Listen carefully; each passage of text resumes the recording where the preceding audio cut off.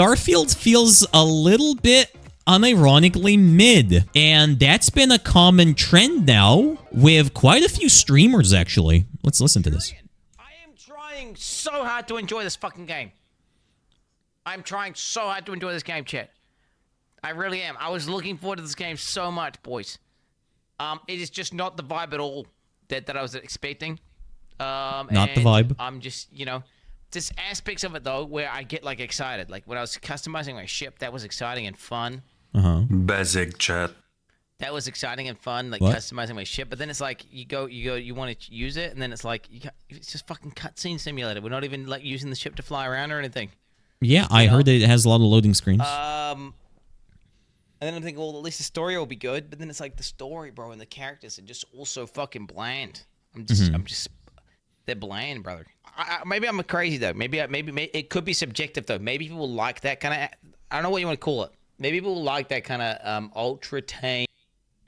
Yeah, basically he's not blaming, he's kind of like blaming himself partially there, not the game, but there's also lyric. I think this game's alright. I mean, if you're really in for a space game and you like the Bethesda formula, I mean, you'll be able to spend a decent amount of time in this game if you usually like Bethesda's systems.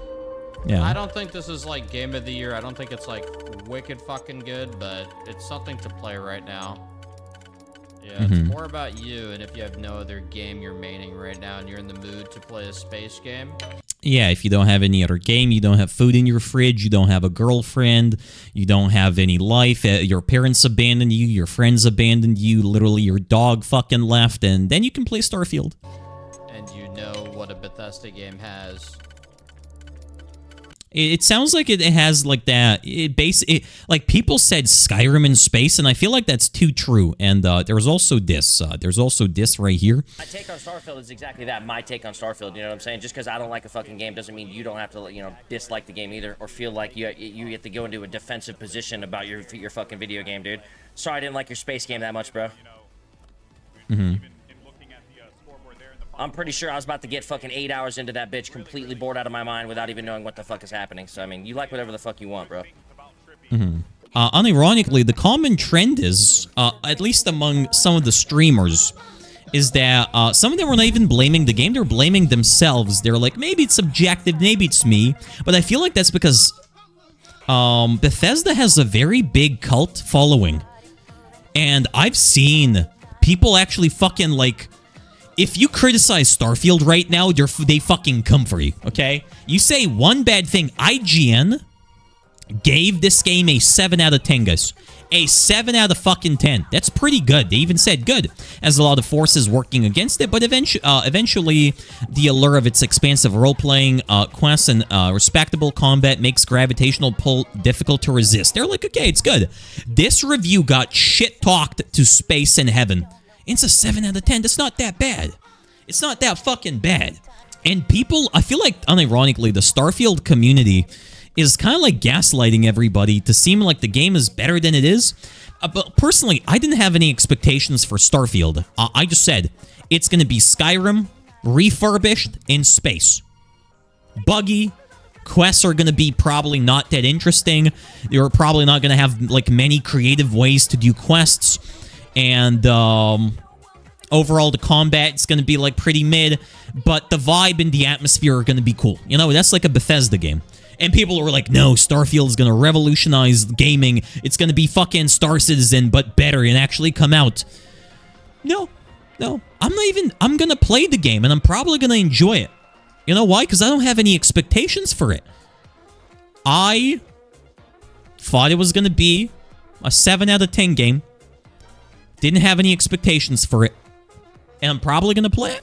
I'm probably going to think it's pretty good. You know, I'm like, it's a 7 out of 10 game. Because I didn't have any unrealistic expectations for a Bethesda game. Bethesda failing? That's the thing, Bethesda is not really failing. It's just that Bethesda has a certain formula of an atmospheric game that has mid gameplay, bad UI, and it kind of works. You know, it kind of works still. It kind of still works. But I feel like the formula is slowly getting outdated. You know, I feel like slowly but surely the Bethesda formula is not working, and I think Starfield shows. People thought that Starfield is going to be like a next-gen game. No, Starfield is a very much old-gen, maybe even like previous-gen game. It doesn't innovate in any way. It's an atmospheric like showcase that is enjoyable if you play it for what it is, like Skyrim. Skyrim was evolutionary in terms of its gameplay. It had you just felt immersed in it, right? Though arguably with Starfield, the amount of loading screens maybe don't help with immersion. Yeah, that's the thing. Like, I feel like if you adjust your expectations for Starfield and look at it as like a atmospheric experience, maybe people wouldn't be, people would need to like fucking godly protect it like it's the fucking holy grail, and people wouldn't like really shit on it, you know? I heard that the UI is even worse than it was in the previous Bethesda games, which is honestly talented. Skyrim's UI was, I mean, yeah. But every Bethesda game has the mod people that like the people that made Sky UI. Fuck, that was such a good UI. Just hire the modders. They make your UI usable. They know how to work your games. You clearly don't. Also, I'm not gonna lie, the fact that I'm playing Baldur's Gate 3 currently, there are so many ways to play the game. The game adapts and reacts. And you can do every mission in 15 different ways. Like, for example, I was playing a mission where I need to find out who murdered the guy, and I could go solve it. Or I could reanimate the guy as an undead and ask him. And that's what I did. I asked him, who the fuck killed you? Like, I feel like Baldur's Gate 3 has raised my expectations of what I expect from dialogue and choices and reaction and adaptation in games. So, and I think it's a good thing. I want more games to be held to that degree of Baldur's Gate 3, I guess, creativity.